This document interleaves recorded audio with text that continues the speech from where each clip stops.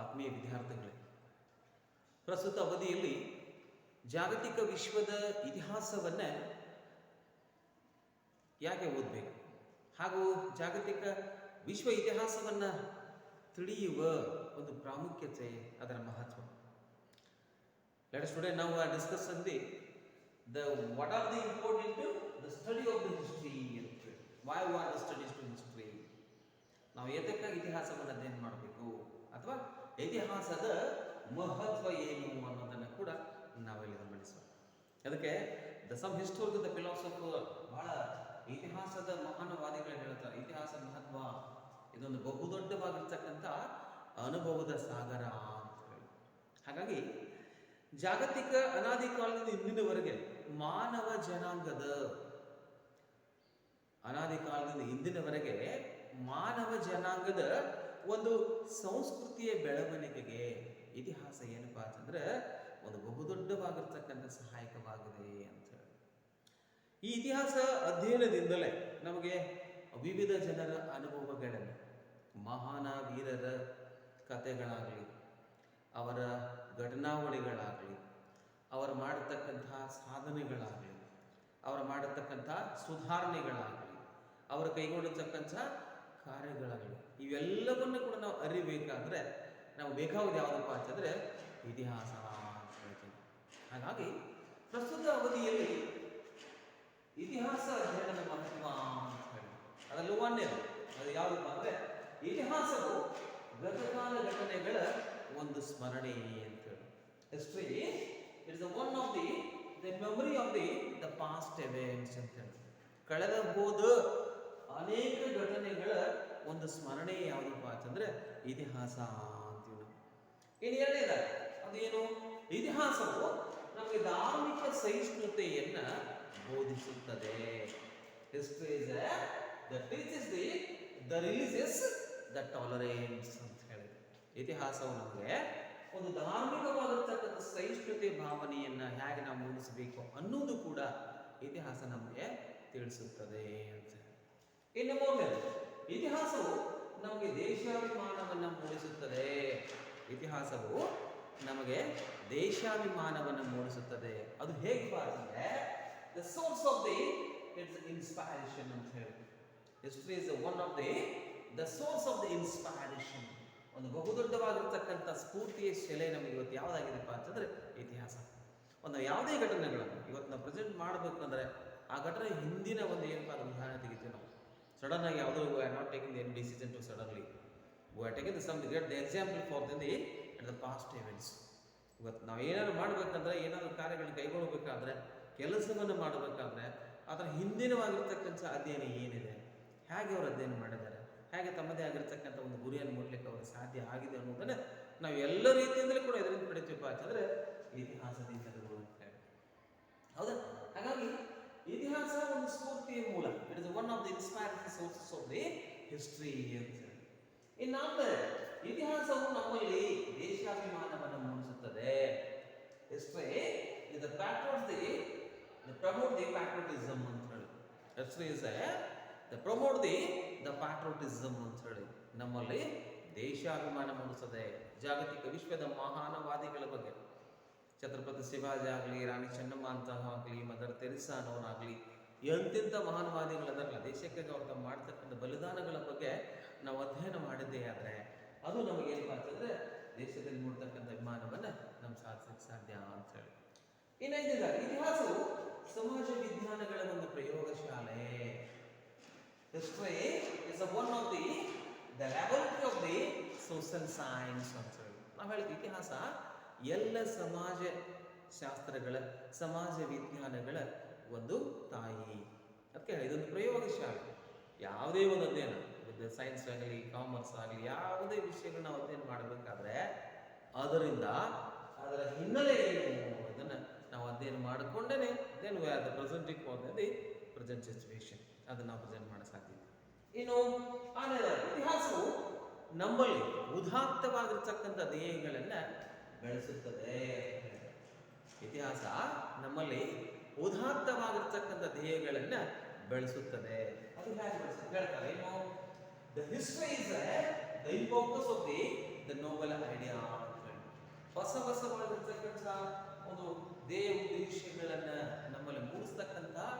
ಒಂದು ಭಾಷೆ, ಒಂದು ವಿಷಯ ಯಾವುದಪ್ಪ ಅಂತಂದ್ರೆ ಇತಿಹಾಸ ಅಂತ. ಹಾಗಾಗಿ ಆರಂಭದಲ್ಲಿ ಇತಿಹಾಸ ನಮ್ಮ ಗತಕಾಲದ ಘಟನೆಗಳನ್ನು ಸ್ಮರಣೆ ಮಾಡುತ್ತದೆ. ಅದು ಹೇಗೆ? ಹೌದು, ಯಾರ್ದಿ history as a memory of the past events. ಇತಿಹಾಸ ಹೇಗೆ ನಮಗೆ ಏನಪ್ಪ ಅಂತಂದ್ರೆ ಒಂದು ಗತಕಾಲದ ಘಟನೆಗಳನ್ನು ಸ್ಮರಣೆಯಾಗಿದೆ ಅಂತ ಹೇಳಿ ನಾವು ಹೇಳ್ತೇವೆ. ಏನು?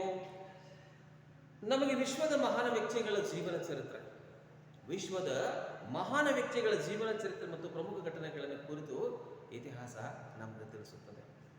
ಅವ್ರು ಮಾಡ್ತಕ್ಕಂಥ ಹೋರಾಟನ ಇದೆ ಹೇಳಿದೆ ನಿಮಗೆ, ಸಾಧನೆಗಳನ್ನಾಗಲಿ, ಸುಧಾರಣೆಗಳಾಗಲಿ, ಕೈಗೊಳ್ಳತಕ್ಕಂಥ ಕ್ರಮಗಳಾಗಲಿ, ಅವರ ಸಮಾಜದೊಂದಿಗೆ ಅಥವಾ ಪರಿಸರದೊಂದಿಗೆ ಹೋರಾಟ ಮಾಡೋ ಜೊತೆಗೆ ಒಂದು ಹೊಂದಿಕೊಂಡಿರ್ತಕ್ಕಂಥವುಗಳ ವಿಷಯಗಳನ್ನೇ ಕೂಡ ನಾವು ಗಮನ ಹರಿಸ್ತೀವಿ.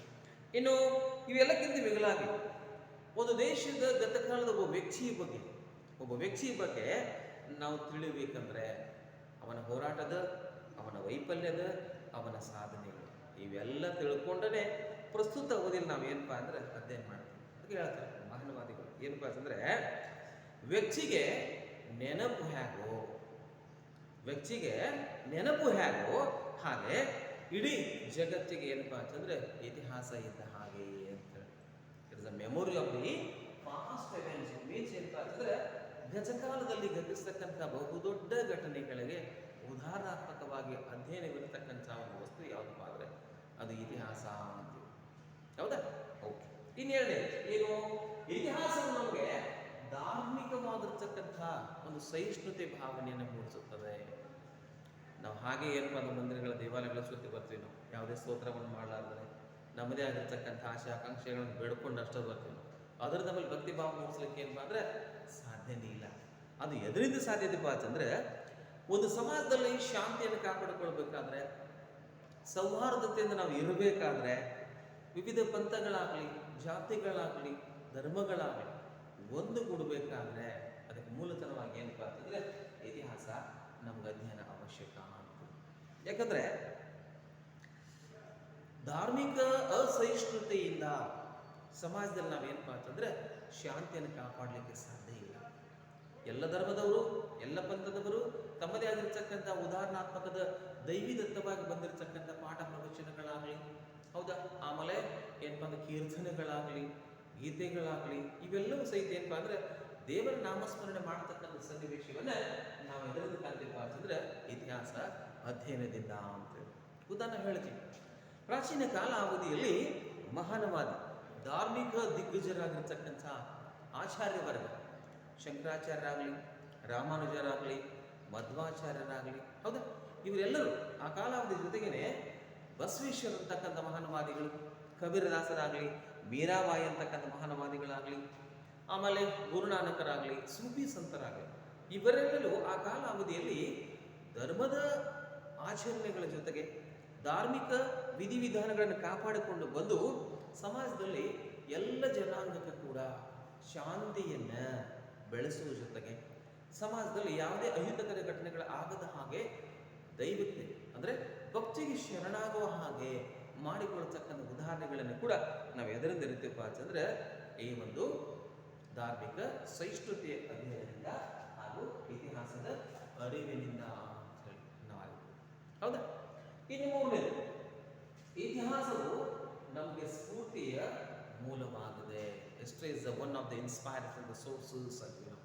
ಅದು ಹೇಗಪ್ಪ ಅಂತಂದ್ರೆ ಇದೊಂದು ಬಹುದೊಡ್ಡ ಅನುಭವದ ಸಾಗರ. It is one of the experience the ocean of the history ಅಂತೀವಿ ನಾವು. ಅದು ಏನು? ಒಂದು ಮಹಾನ್ ವ್ಯಕ್ತಿಗಳ ಸುಖ ದುಃಖಗಳ ಜೊತೆಗೇನೆ ಅವರು ಮಾಡಿಕೊಳ್ಳತಕ್ಕಂಥ ಶ್ರೇಷ್ಠ ಕಾರ್ಯ ಸಾಧನೆಗಳು ನಾ ಹೇಳ್ತಾ ಇದ್ದೆ. ಆ ಶ್ರೇಷ್ಠ ಕಾರ್ಯ ಸಾಧನೆಗಳ ಜೊತೆಗೇನೆ ಅವರು ನೀಡತಕ್ಕಂಥ ಕೊಡುಗೆ, ದ ಕಾಂಟ್ರಿಬ್ಯೂಷನ್ಸ್ ಆಗಲಿ, the positions what they are taking to the reforms for their administration, their empire ಆಗಲಿ, ಹೌದಾ, ಆಮೇಲೆ ಅವರ ಥಿಂಕಿಂಗ್ನೆಸ್ ಆಗಲಿ, ಅವರ ವಿಚಾರ ಆಗಲಿ, ಅವರ ಶ್ರೇಷ್ಠ ಕಾರ್ಯಗಳಾಗಲಿ, ಅವರ sacrifice for the that the country, ಅವ್ರ ದೇಶಕ್ಕಾಗಿ ಮಾಡ್ತಕ್ಕಂಥ ಒಂದು ತ್ಯಾಗವ, ಇವೆಲ್ಲಗಳು ಚಿಂತನೆ, ಸಾಧನೆಗಳು, ಸಾಹಸಗಳು, ಸುಖ ದುಃಖಗಳ ಜೊತೆಗೆ ಅವರು ಮಾಡಿಕೊಳ್ಳತಕ್ಕಂಥ ಬಹುದೊಡ್ಡ ಕೊಡುಗೆಗಳು ನಮಗೆಲ್ಲವನ್ನು ಏನಪ್ಪ ಅಂತಂದ್ರೆ ಎದುರು ತಿಳಿದಪ್ಪ ಅಂತಂದ್ರೆ it is one of the inspiring source of the history to learn only. ಇತಿಹಾಸದಿಂದ ನಾವು ತಿಳಿಲಿಕ್ಕೆ ಸಾಧ್ಯ ಅಂತ ಹೇಳಿ ಉದಾಹರಣೆ ಹೇಳ್ತಾರೆ. ಏನು? ಪರಂಪರೆ ಮತ್ತು ಸಂಸ್ಕೃತಿಗಳು ಪರಂಪರೆ, ಟ್ರೆಡಿಷನ್ ಆ್ಯಂಡ್ ದ ಕಲ್ಚರ್, ಆ ಪರಂಪರೆ ಮತ್ತು ಸಂಸ್ಕೃತಿಗಳು ಮಹಾಪುರುಷರಿಂದ ನಮಗೆ ತಿಳಿಯಲಿಕ್ಕೆ ಸಾಧ್ಯ ಇದೆ. ಉದಾಹರಣೆಗಾಗಿ ಮಹಾವೀರ್ ಅಂತಕ್ಕಂಥವರಾಗಲಿ, ಗೌತಮ ಬುದ್ಧರಂತಕ್ಕಂಥ ಮಹಾನವರ್ಗಾಗಲಿ, ಆಚಾರ್ಯತರ ವರ್ಗವಾಗಲಿ, ಶರಣರಾಗಲಿ, ಸೂಫಿ ಸಂತರಾಗಲಿ, ಧಾರ್ಮಿಕ ಸುಧಾರಕರಂತ ಹೆಸರು ಮಾಡ್ತಕ್ಕಂಥ ಮಹಾನವಾದಿಗಳಾಗಲಿ, ಇವರೆಲ್ಲರೂ ಜಾಗತಿಕ ವಿಶ್ವದ ಮನುಕುಲದಲ್ಲಿ ವಾಸವಾಗಿ ಆ ಮನುಕುಲದಲ್ಲಿ ಅಶಾಂತಿ ವಾತಾವರಣ ತೊಲಗವನ್ನು ಹಾಗೆ ಮಾಡಲಿಕ್ಕೆ ಧರ್ಮವನ್ನೇ ಅವ್ರು ಏನು ಮಾಡಿದ್ರಪ್ಪ ಅಂದರೆ ತಮ್ಮದಾಗಿಸಿಕೊಂಡಿದ್ರು. ಅವರ ಆದರ್ಶಗಳಾಗಲಿ, ಅವ್ರು ಮಾಡ್ತಕ್ಕಂಥ ತ್ಯಾಗ ಬಲಿದಾನಗಳಾಗಲಿ ನಮಗೇನಪ್ಪ ಅಂತಂದರೆ ಇತಿಹಾಸದ ಅಧ್ಯಯನದಿಂದ ತಿಳಿಯಲಿಕ್ಕೆ ಸಾಧ್ಯ ಅಂತ. ಹೌದಾ? ಇನ್ನಿಲ್ಲಿ ಪ್ರಪಂಚದ ಇತಿಹಾಸವು, ಪ್ರಪಂಚದ ಒಂದು ಇತಿಹಾಸ ಮಹಾನ ಪುರುಷರ ಒಂದು ಆತ್ಮಚರಿತ್ರೆ ಅಷ್ಟೇ ಅಲ್ಲ, ಶರಣ ಸಾಹಿತ್ಯದ ಜೊತೆಗೇನೆ, ಆಮೇಲೆ ಮಹಾನ ಚಿಂತಕರ ತತ್ವಜ್ಞಾನಿಗಳ ಒಂದು ಅಧ್ಯಯನಕ್ಕೆ ಆಧಾರಾತ್ಮಕವಾಗಿರ್ತಕ್ಕಂಥ ಒಂದು ಮೂಲವಾಗಿ ಕೂಡ ಇತಿಹಾಸ ಏನಪ್ಪ ಅಂದರೆ ಹೊರಹೊಮ್ಮದನ್ನು ನಾವು ಗಮನಿಸ್ತೇವೆ.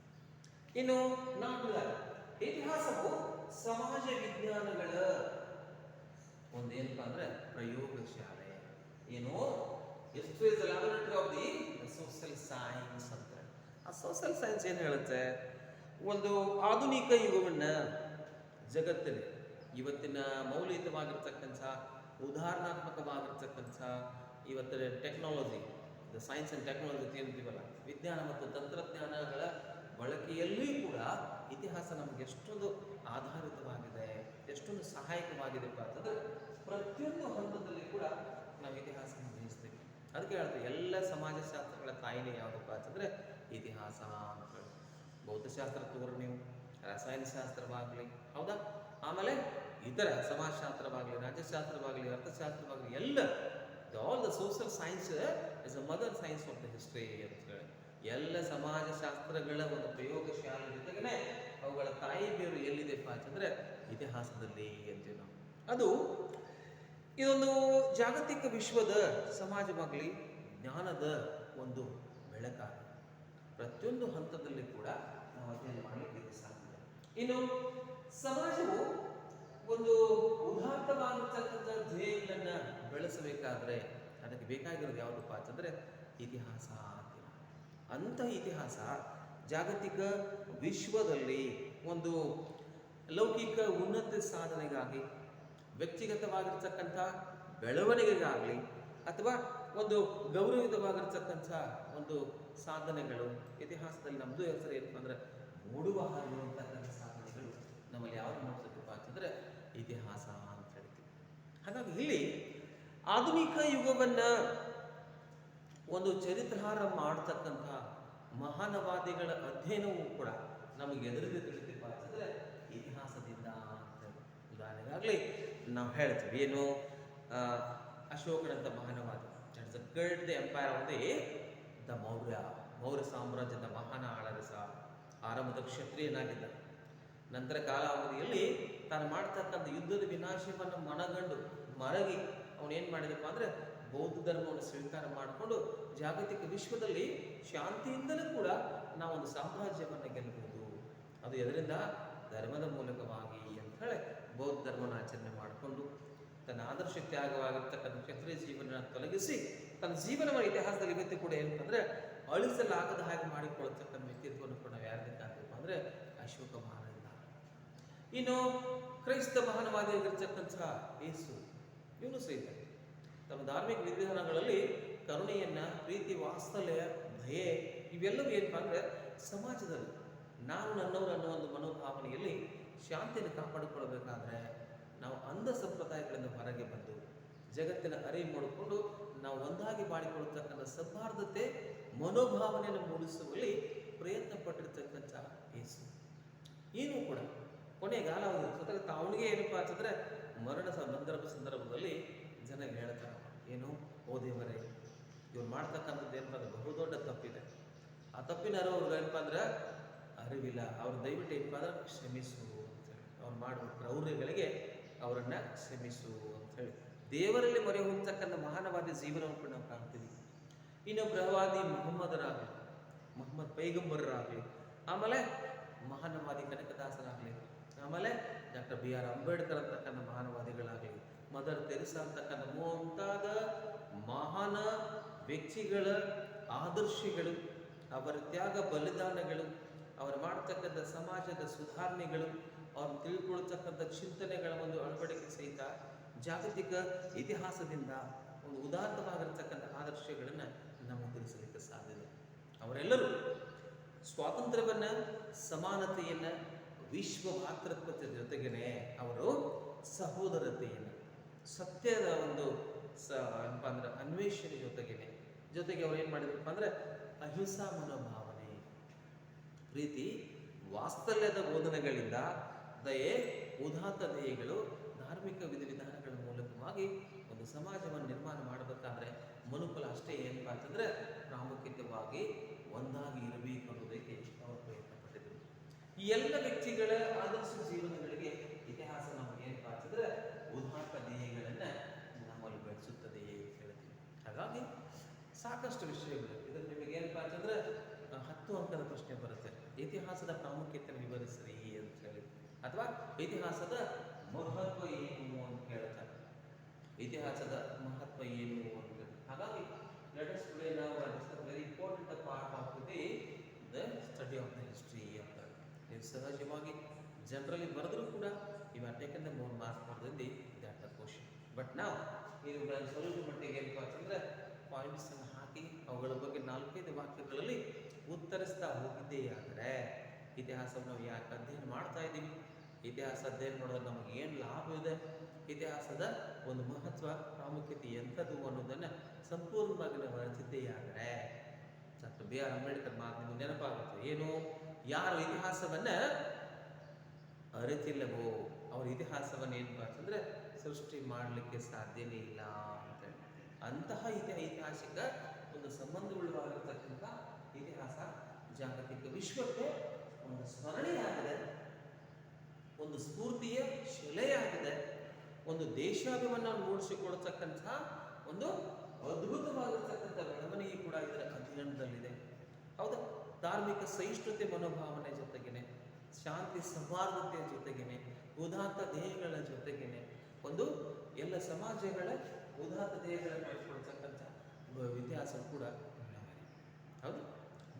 Let us now ಕಂಡಿದ್ದೀವಿ